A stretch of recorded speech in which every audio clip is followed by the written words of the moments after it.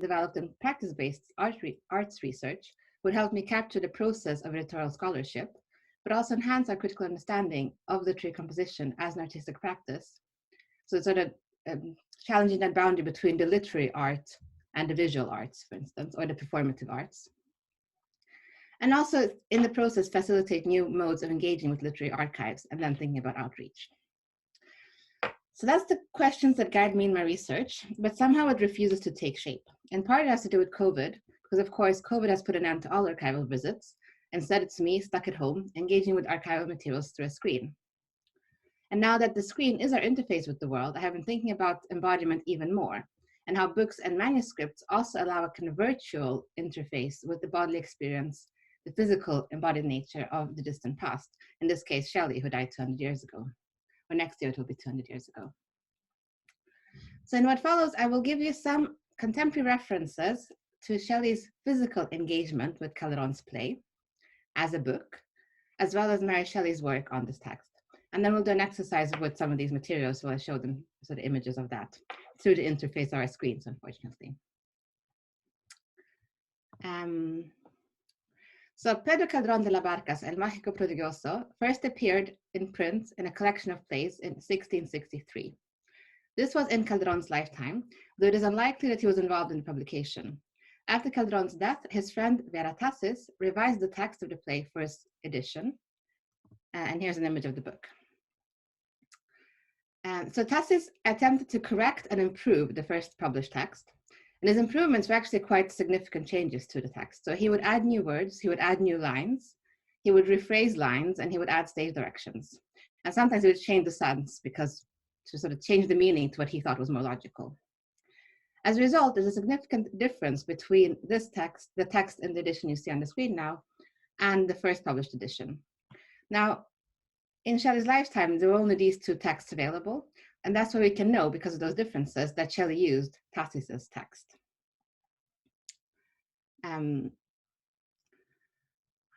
Now, so to turn to Shelley then, having a copy of this book that you see in front of you, there's a memoir written by someone named Edward John Trelawney, who arrived in Pisa in Italy, where Shelley was living, in January 1822. And he, long after Shelley's death, he published an account of the first encounter. So this is the first time Trelawney meets Shelley. He's introduced by someone named Jane Williams. So he writes, Mrs. Williams saw my embarrassment about meeting the poet, and to relieve me, asked Shelley what book he had in his hand. His face brightened, and he answered briskly, Calderon's Mágico Prodigioso. I'm translating some passages in it. Oh, read it to us. Shoved off from the shore of commonplace incidents that could not interest him, and fairly launched in a theme that did, he instantly became oblivious of everything but the book in his hand.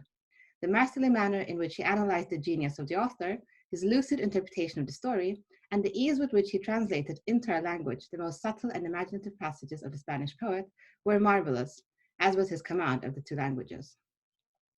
So the book in Shelley's hand in this meeting is the one that we just looked at, is the Tassis Sexta Parte of Calderon's plays. Shelley again carried the same book in his hand 2 months later on the 20th of March, when he went for an outing with his friend Williams. Here's an image of Williams for you, handsome fella. So Williams wrote a journal in which he recorded on the 20th of March, Fine, walked with Shelley along the banks of the Arno, so a river in Italy, took her writing materials, and while Shelley translated Calderon's Cyprian, I wrote some revisions. The writing materials that he mentions could have included pencils or quills and portable pots of ink, as well as 1 or 2 notebooks that Shelley used to draft the translation. And these notebooks are now, one is in the Bodleian Library in Oxford, and the other one is in the Huntington Library in California. So there's a kind of something interesting here about how you have 2 manuscripts that exist in Italy in 1822, and that are now one in Oxford and one in California, which for me is kind of hard to get my head around, even as I have been working on them for years now. Before long, we have evidence from Shelley himself talking about his translation. So this is a letter to his friend John Gisborne, written in early April. Have you read Calderon's Mágico Prodigioso? He asks. I find a striking similarity between Goethe's Faust and this drama, and that has to do with the Faustian wager between a scholar and the devil there. I have, imagine my presumption, translated several scenes from both as the basis of a paper for a journal. I am well content with those from Calderon, which in fact gave me very little trouble. Shelley's choice of phrase, very little trouble, accords with Trelawney's account of the marvelous ease with which she entered into the words of the Spanish poet, and his on-the-hoof manner of translating Calderon into English. Now, the journal that Shelley mentions is a periodical that he was planning to start together with his friend Leigh Hunt. Even as Shelley was writing this letter, Hunt was on his way to Italy to join Shelley for this editorial venture. But when Hunt did arrive in late June, Shelley was in a summer house in Lerici. He sailed to Pisa and to greet Hunt, help him get settled. Then on the way back, there was a storm and the boat sank, so he died, which is also why he didn't see the first issue of the journal. Now, this could very well have been the end of the story for Shelley's Calderon, had it not been for Mary Shelley, his wife.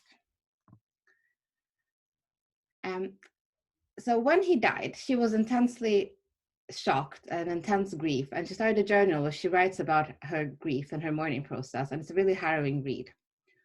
But also, it's clear from that journal that she decides to publish Shelley's works because being with his words is a way of being in his presence again. So the kind of working with his manuscript notebooks is a substitute for having conversations with him. So in autumn 1822, she began to go through Shelley's notebooks in search of suitable material. Most of the time, she would face quite a chaotic bundle of sort of notebooks and loose leaves, drafts that it's not clear what is being drafted where. And she would sort all of this, tame it, and neatly transcribe it, creating kind of very neat press copies to send to the publisher. So this is the notebook, one of the notebooks in which the Calderon translation is transcribed. And as you can see, or maybe not so well, but she's written Cyprian on the front cover. And that's her. So Cyprian is the protagonist of El Marco Prodigioso, which is a name that they use for the play in that circle. So this is like her marking that she's looking for the translation, or that the translation, is in the notebook. As she was preparing Shelley's Calderon translation draft for publication, Mary Shelley improved and corrected it, for instance, by supplying stage directions, and also sometimes correcting mistakes or adding words that Shelley had omitted. This indicates that she was not only transcribing the draft material from the notebook, but also simultaneously checking his translation against the original. In all significant instances, her emendations of Shelley's translation follow Tacitus's text. So she too had a copy of the Sexta Parte Calderon edition in front of her, the one I just showed you a few slides ago, and most likely, of course, the very same copy that Shelley had been carrying around earlier that same year. Now, one dreary November afternoon, I was working in the manuscript and rare books reading room at the Bodleian Library in Oxford, when I sat hunched with Shelley's notebook in front of me, as usual, quite cold, quite stiff, staring, tired, trying to decipher Shelley's impossible handwriting, also having a copy of Tacitus's Calderon edition in front of me, hoping that the Spanish original will help me untangle the English drafting, when it suddenly struck me that I was seeing and doing exactly what Mary Shelley had been seeing and doing in the autumn of 1822, when she was first preparing these manuscripts for the press. At the time, she was living in a large and freezing villa together with Leigh Hunt and his family, so Hunt had arrived in Italy to join Shelley. But they're very unhappy together. So in a letter that she wrote at the time, she complains about their accommodations and the fact that the weather is very cold, unusually cold. And also there's but one fireplace in the house, she writes. And although people have been for months putting up a stove in my room, it smokes too much to permit of its being lighted. So I'm obliged to pass the greater part of my time in Hunt's sitting room, which is, as you may guess, the annihilation of study and even of pleasure to a great degree. For after all, Hunt does not like me. It is both our faults, and I do not blame him, but so it is. I rise at 9, breakfast, work, read, and if I can at all enjoy the cold, I copy my Shelley's manuscripts in my own room. As she sat at her writing desk in that cold room, she must have had her late husband's edition of Calderon in front of her, the 2 draft notebooks, one which I just showed you, as well as large sheets of paper onto which she copied what she called Cyprian, one of which has survived and is now in the Brewer Hunt collection at the University of Iowa. So again, you have papers that are once on one table, and now one of them is in Iowa. And yet, even as I'm retracing Mary Shelley's eye movements over the pages of Shelley's manuscript and mimicking her hand movements in transcribing his words, nothing is as palpable to me as the difference between us. For Mary Shelley, copying out her husband's poetry for publication was a labor of love and a work of mourning, a way to commune with her husband after his death. For me, the very same papers not carry the imprints of a well-known hand, but the erratic strangeness of the having once been handled by this long dead poet. And also, as an early career person, for me to engage in this work is a way to try to establish myself in the academy. So now, in the time we have left, I will show you these texts, the documents I've been talking about, via a Padlet. So I will, let's see, I'll share a link to it in the chat. Can I get to the chat? I think I need to stop sharing to get to the chat, don't I?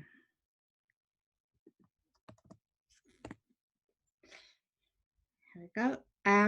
So you have the link in the chat. And so this will take you to a page where I have posted a few images. So again, working archivally via the medium of the screen. One is the Tassis edition of Calderon that Shelley used. 2 is Shelley's draft notebook. 3 is Mary Shelley's fair copy of the notebook. And then the 4th thing is the first edition that she published of this text. And this is mostly so that you have a legible text. And what I'd like for you to do is to sort of try to relive these stages of the text compositional process I've been talking about. The first edition, if you speak Spanish and you want to have a hand at translating Spanish into English, which is what Shelley did. Maybe you want to have a go at transcribing either Shelley's draft or Mary Shelley's fair copy, which you may not be able to do because the quality is not so good. Maybe you want to have a go at transcribing the printed text, but just to have a sense of transcription as a way of physically re-embodying writing, kind of gesturally translating it into your own movements. Or maybe if you don't want to transcribe, you can just read the first lines and kind of try to stage it in the theater of your own minds. I think what the main point of this exercise is to think about embodiedness and sort of whether writing and vision, I suppose, can be an interface in which we can relive experience from the past. So think about your own embodiedness as well. So how you sit, what you feel, the textures around you, the smells, are you hungry, are you tired, those kind of things. And I suppose in terms of the timeline, do we have until 1:45? No, we have a bit less. Maybe if we take 5 minutes to do this, and then we can, then we can move on to the next talk. And then any questions, we hand them at the end. Sounds good. Okay, and feel free to turn off your cameras while you engage with this. You don't have to feel like anyone is watching you. Was everything clear? Should I? Yeah, I can put up the questions again so you have them as pointers.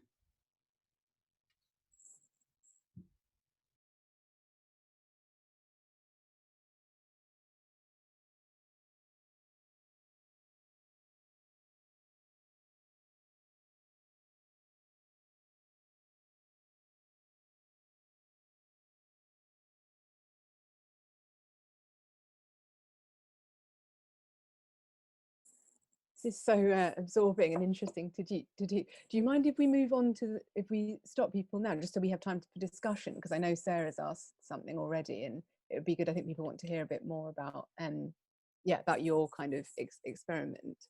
But thanks so much. That was really great paper.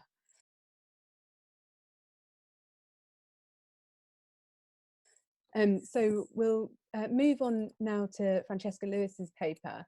The looping of the I, and the AI, Russian doll and the process of autognosis. And hopefully you saw the 2-minute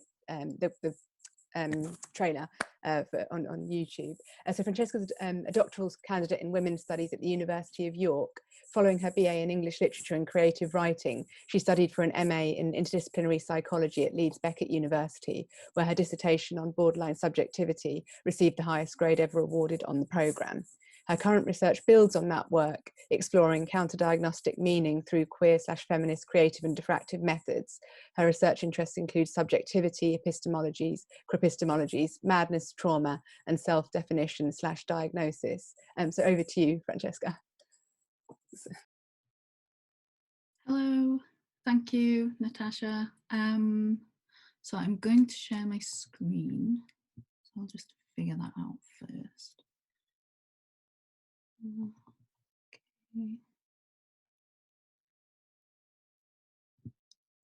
Right, can everyone see that? Obviously that's just the thing from the previous, so we don't need that.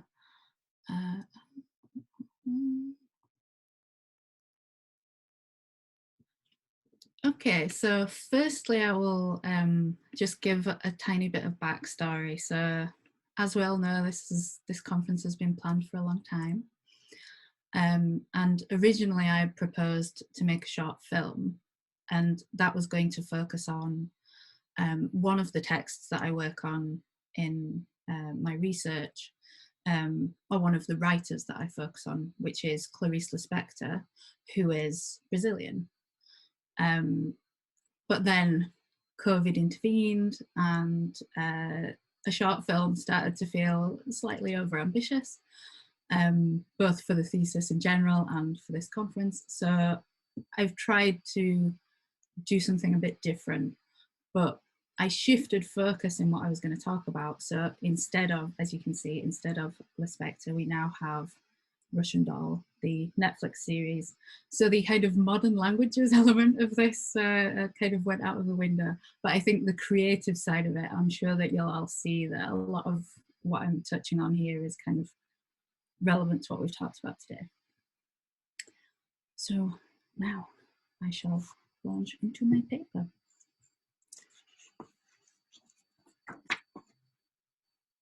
The looping of the I, the AI, the looping of the I, and the AI, Russian Doll, and the process of autognosis. Part 1, my borderline experience, diffractive reading, and autognosis. My mother collected Russian dolls, matryoshkas. She liked to twist them open, smelling the unfinished wood surface inside, unpacking the little hollow bodies, lining them up. She'd coo over the smallest doll, the tiny one, smaller than a thimble. Oh, she'd say, look at the little thing. You can hardly tell what it's meant to be. I learned recently that this word, matryoshka, is derived from the Latin root mater, or mother. And I do think my mother saw herself in the dolls. But when I remember them, I'm the little thing you can hardly see, nestled inside layers and layers of silent smiling faces. Except my dolls are not wooden. My dolls are mirrors. Their exterior and interior surfaces are made of reflective glass.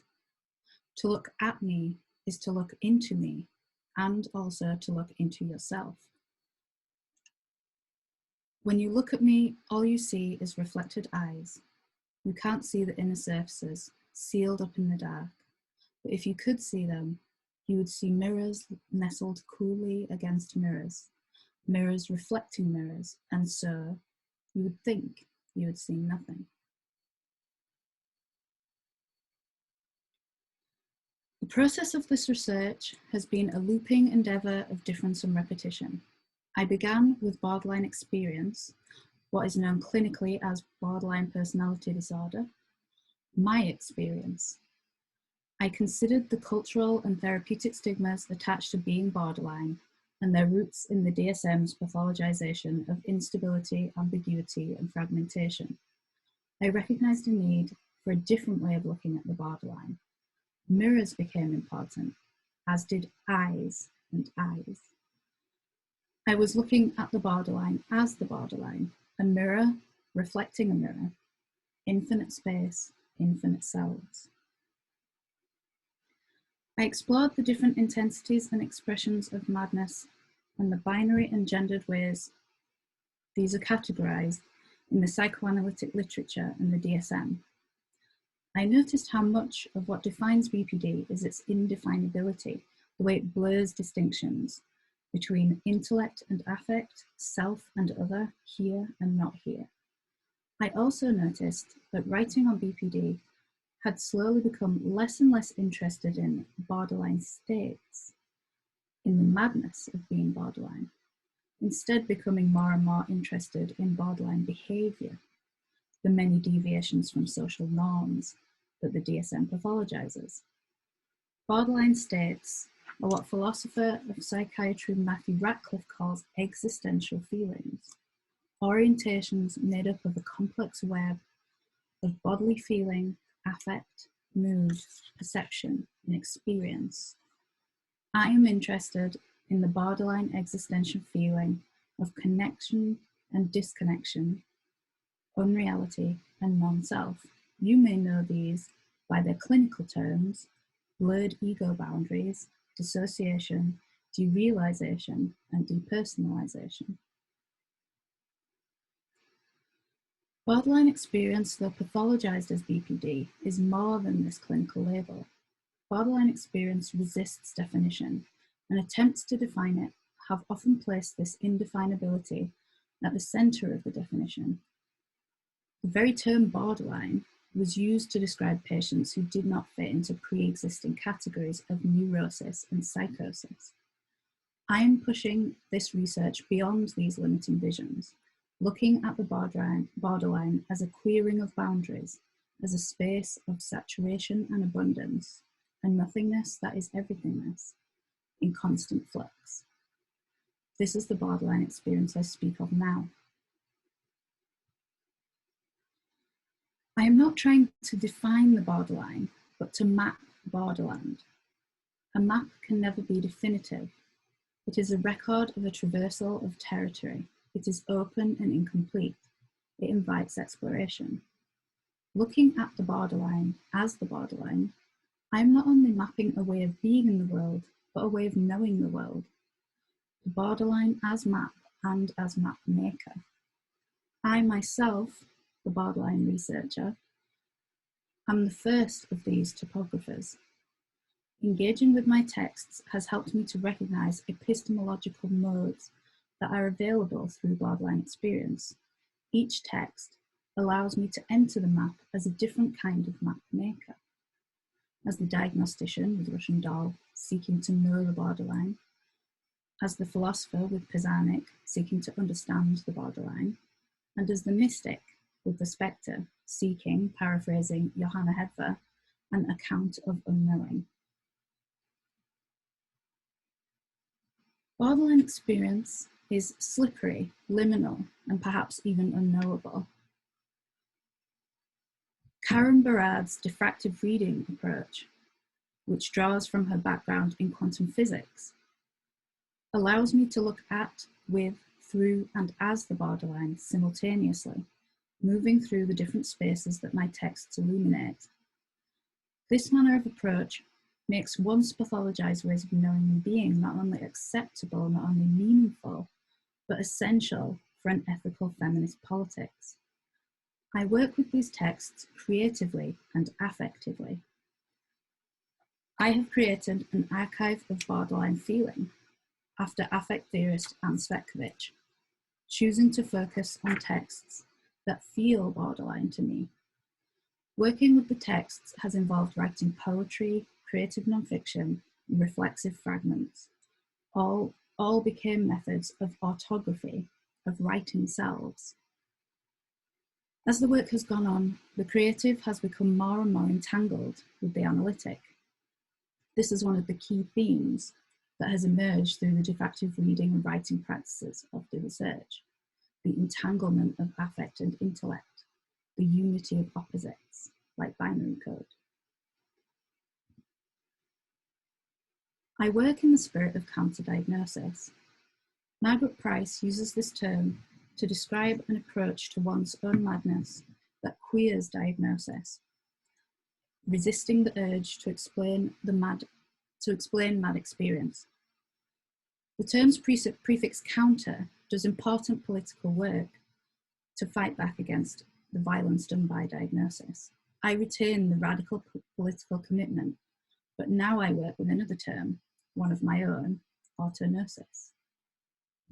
Deconstructing the term diagnosis, we get dia, which means between, and gnosis, which means knowledge, as well as having a religious and spiritual connotation, as in the Gnostic Gospels. The dia in diagnosis then conjures the betweenity of the doctor-patient relationship. My work is not about how the borderline can be known by the doctor, but how we can know ourselves, and how others can learn to look differently at borderline experience through our self-knowledge. It is also significant that in the context of diagnosis, dia means apart, to know apart, to discern, a binary definition. For all these reasons, I've dropped dia and replaced it with the prefix Autø, meaning self, one's own, or oneself. While diagnosis is knowledge between doctor and patient, autognosis is knowledge of oneself for oneself. Replacing the letter O with the empty set symbol, which I'm sure was confusing quite a few people,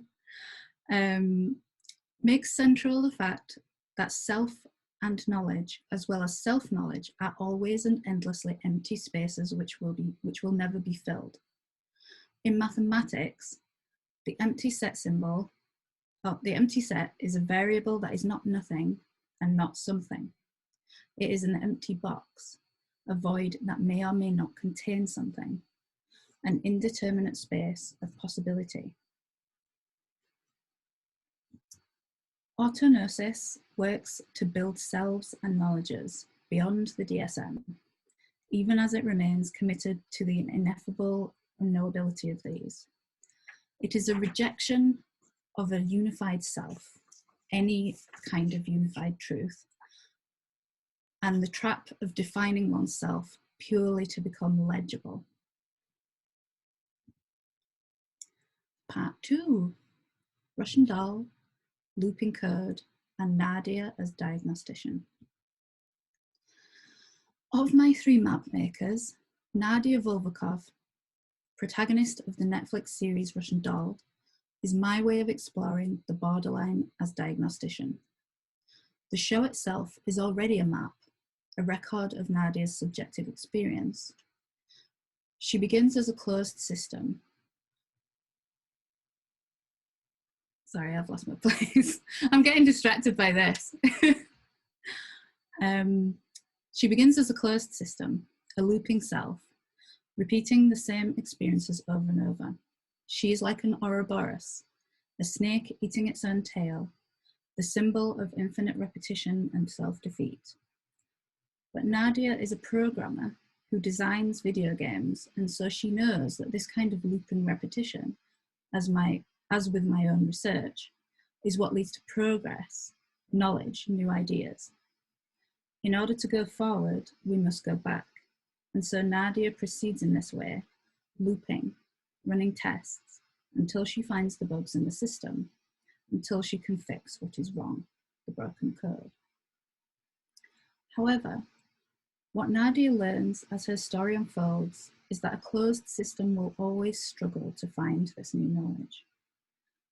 Like the self-managing autonomic network, a self-protecting, self-healing network of computer systems optimized through self-knowledge, Nadia must allow herself to become an autonomous part of a decentralized and symbiotic system, self-aware, networked, and entangled with her community. The guiding principle of the autonomic network is Autognostics, a paradigm which seeks to describe the capacity for computer networks to become self-aware. The trick, as in the autonomic nervous system, for which the network is named, is for all of this to happen without conscious effort. Nadia cannot think herself into this. She must allow her felt experience, the existential feeling of looping in time, to take the lead. Throughout the show, this perspective is subtly suggested by various characters. When her friend Farhan laments not being able to write realistic dialogue for his novel, Nadia tells him, "I think it's one of those things like swallowing. Like, if you think about it, you can't do it anymore." This is known as the centipede's dilemma. It was famously commented on in this children's rhyme, which is from the 19th century, written by Catherine Craster.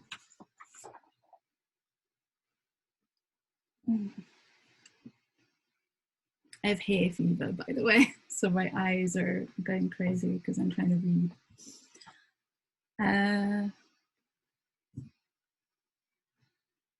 Nadia knows that though her looping experience allows her to analyze life like code, hyper-reflection can be self-sabotage, can lead us to the Ouroboros, the closed system. This is one of the ways in which the show is presentative of the existential feeling of being borderline. And watching the show allows the viewer to enter the looping reality of this experience.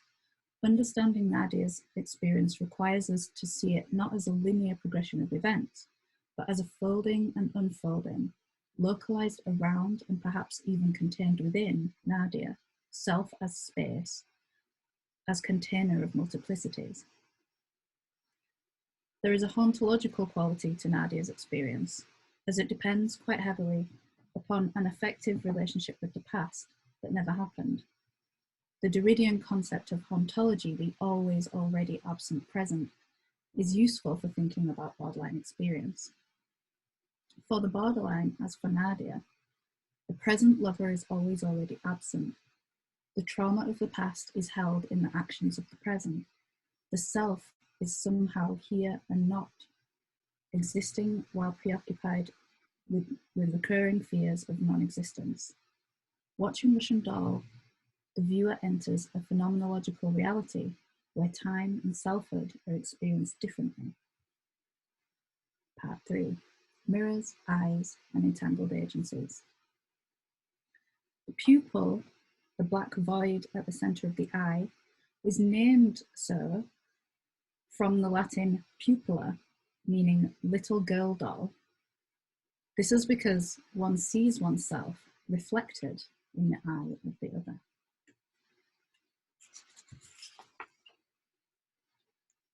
In Russian Doll, reflections are pivotal, in an almost literal sense, the entire story seeming to pivot around the symbolically rich site of the bathroom mirror. After each death, Nadia returns to this mirror, housed in a cosmic room-like space, and looks into her own eyes. Eyes, too, are important here. Nadia's therapist friend, Ruth, works with EMDR, eye movement desensitization and reprocessing therapy. And when asked why Nadia's mother is compelled to smash mirrors, responds, reflection, proof of existence, another pair of eyes. Mirrors and eyes make us real. For the borderline patient in therapy, whose dissociative experience of themselves as unreal is the source of both pain and relief, the therapeutic gaze is challenging. The gaze of the other can be annihilating, fixing us in time and space, reducing us to a flat object, trapping us in binary betweenity.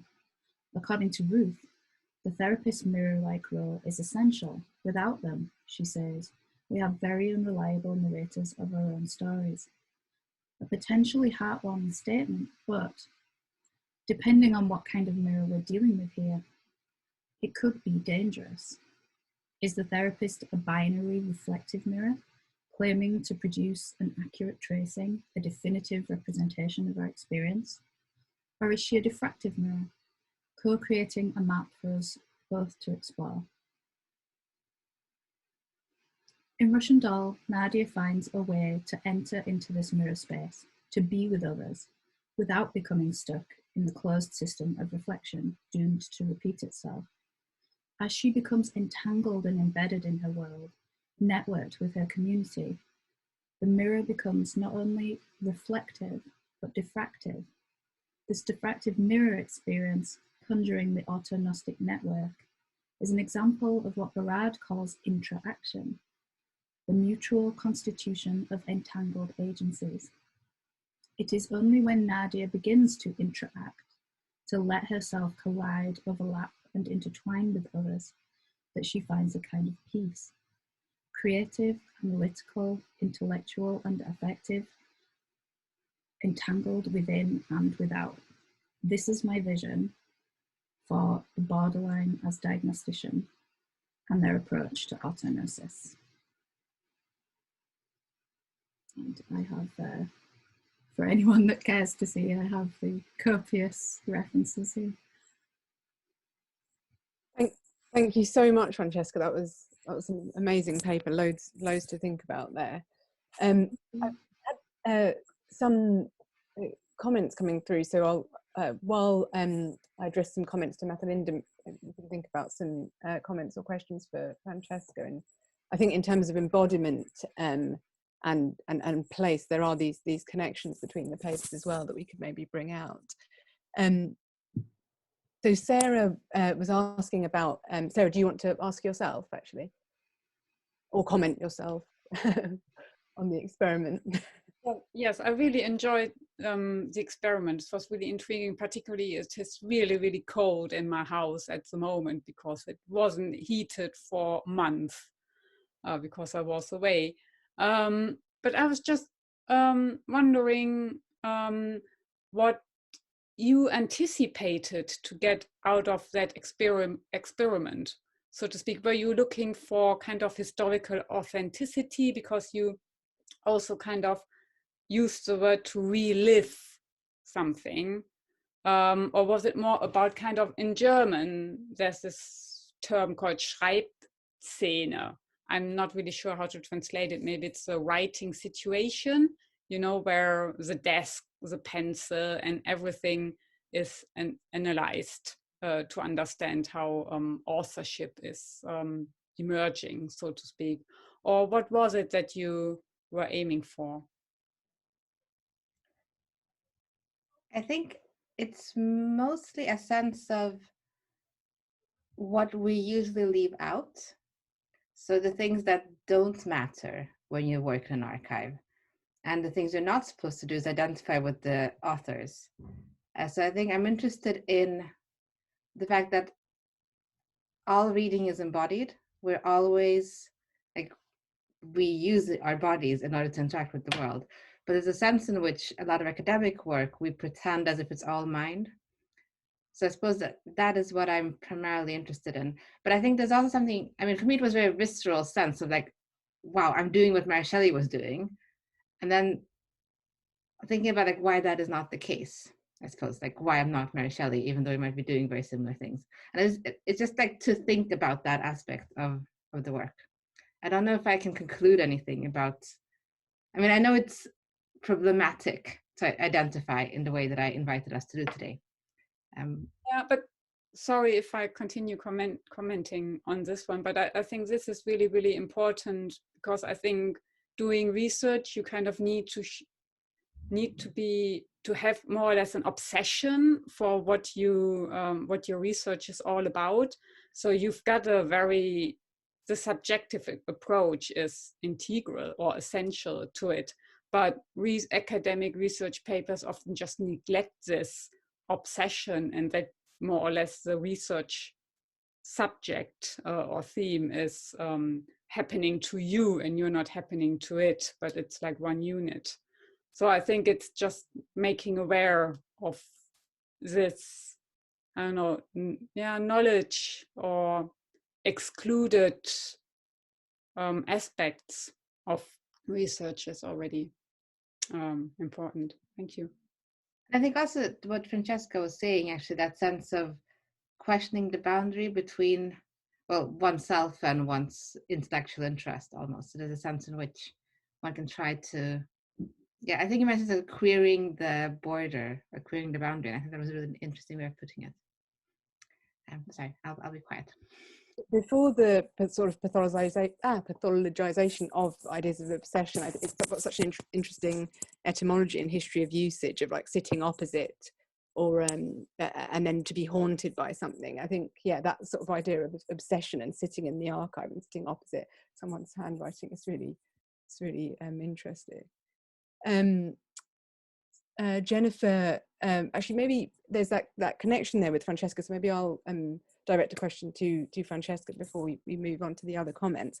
I found your shift really interesting from the counter diagnostic, that antagonistic position to autognosis, and not having to define sort of what you're doing in the context in which sort of diagnosis often takes place. I was just wondering, could you talk a bit more about how you shifted from that counter diagnostic position that I think you had in your earlier work to that wanting to shift the sort of doctor or therapist out of the picture. Yeah, thanks. It was a bit of a journey.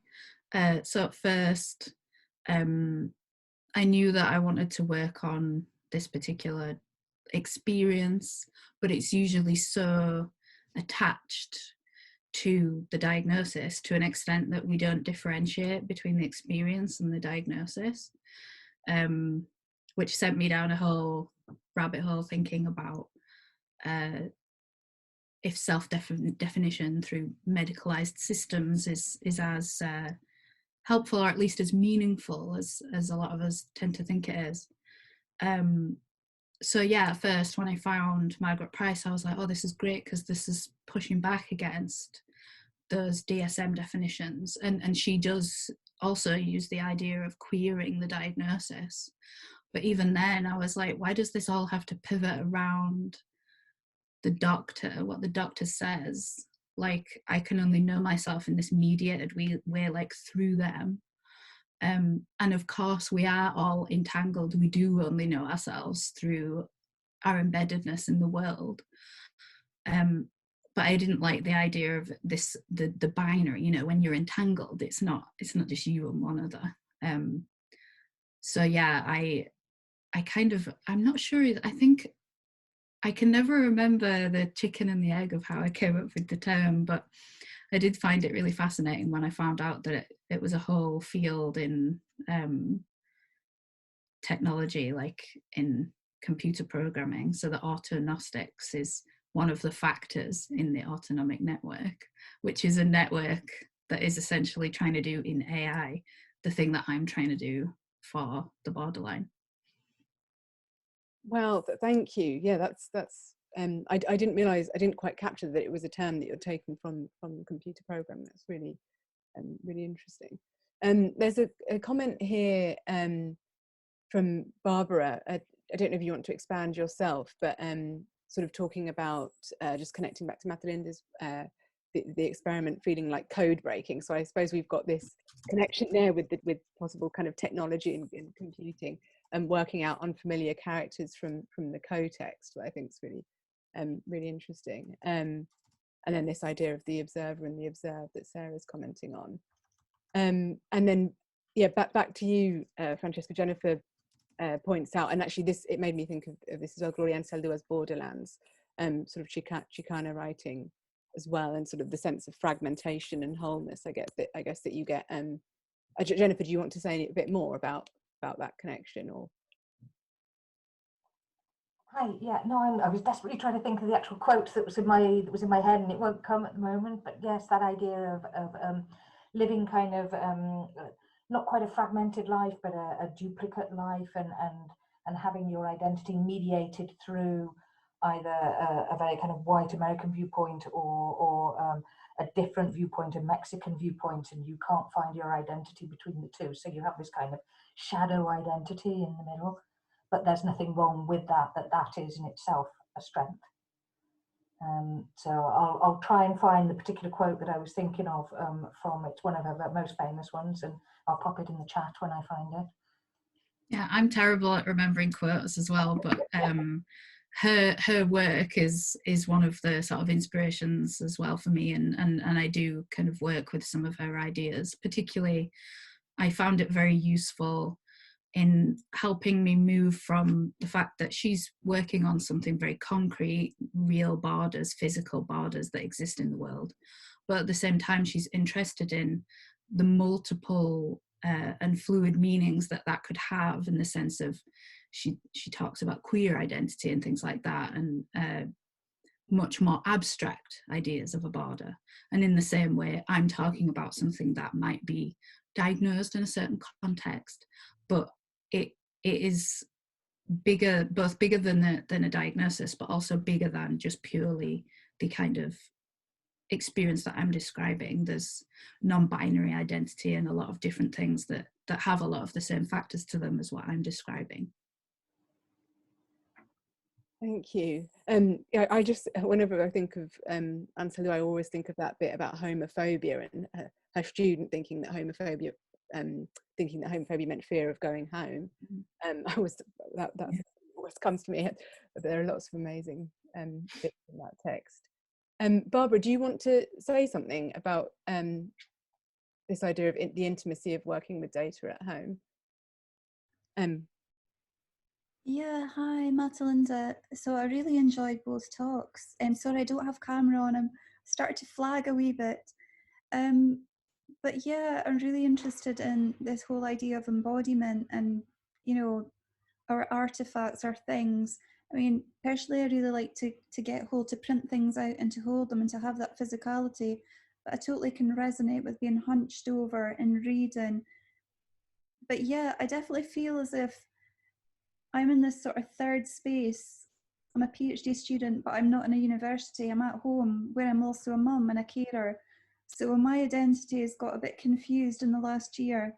But I'm sort of reflecting on how is that affecting how I'm interpreting my data, how I'm working with the data, the relationship that I had with the literary translator who was my sort of single research co-participant.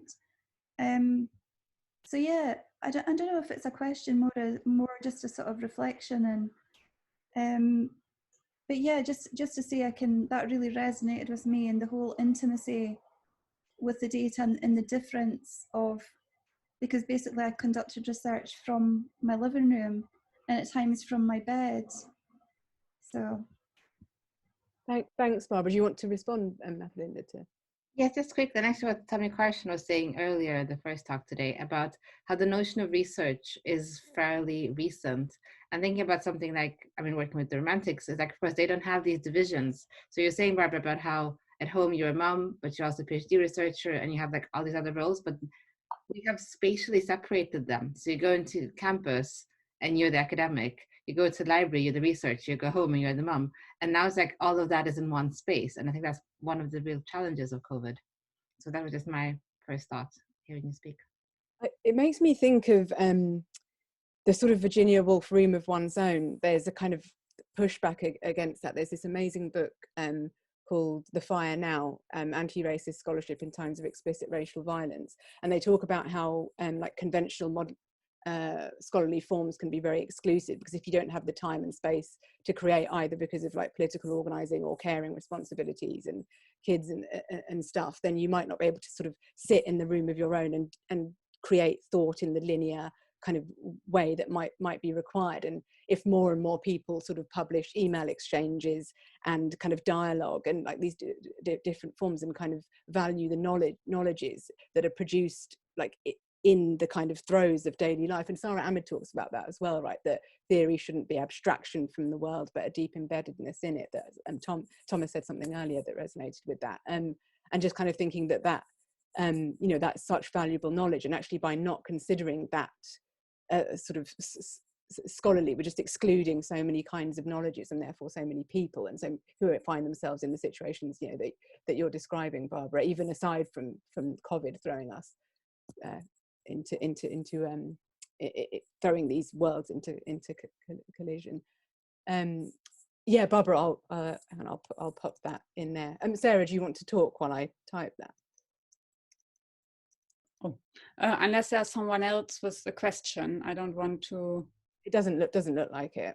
I think it's a question more to Francesca in regard to, and maybe a question to all of us actually, in regard to research and self-care, or artistic research and self-care, and art and self-care, particularly in these precarious and exploitative times of academia, or even if you are a freelance self-employed artist, where, you know, your passion, and particularly for Francesca, it looked a bit as if your research is also kind of a technique of self-care. You know, where this idea of self-care is either more and more difficult to pursue and to realize, and whether then artistic research should be a pathway, or could be a pathway, to actually integrate both, you know, this professional life and then also aspects of self-care. Sorry, it's a very unarticulated Sorry, because it was just an idea, so apologies. I think I know what you mean.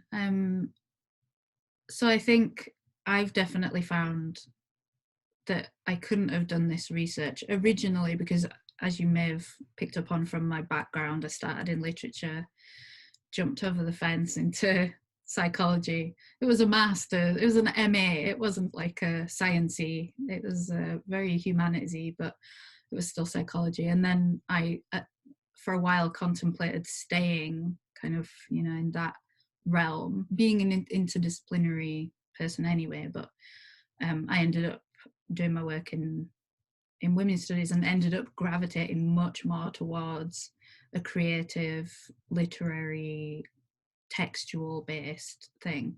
And I don't think I could have done more quote unquote empirical research. I would have just been fighting against so many, you know, as we've heard earlier, conventions. But also, you know, if I'd tried to do work with participants, because that was an idea at one point, then there would have been self-care implications for me, because I'd have been sitting there listening to other people's stories of their experiences. So in a way, the method that I've used and the creative approach has made the research accessible to me. It's made me as a person, you know, a disabled person, able to engage with these important political things in a way that I wouldn't have been able to if I was working in a slightly more kind of concrete. I mean, I don't mean to, I know that there is interesting work done in social sciences, but it is harder to sell wishy-washy concepts like a weird O with a line through it in that world. I feel like more and we'll wrap up in a second, but I feel like more and more social scientists that I know have actually been sort of turning to literary and cultural studies. Sometimes, you know, you feel that sense of inferiority of like your own discipline, but actually, you know, more and more people are sort of have been telling stories, like personal stories, in even social science presentations that I've been to. So I think what you're doing is really, really valuable. I can see that Regina's here again, so just thank you again to Mathelinda and Francesca for some brilliant papers and great discussion as well. Thanks.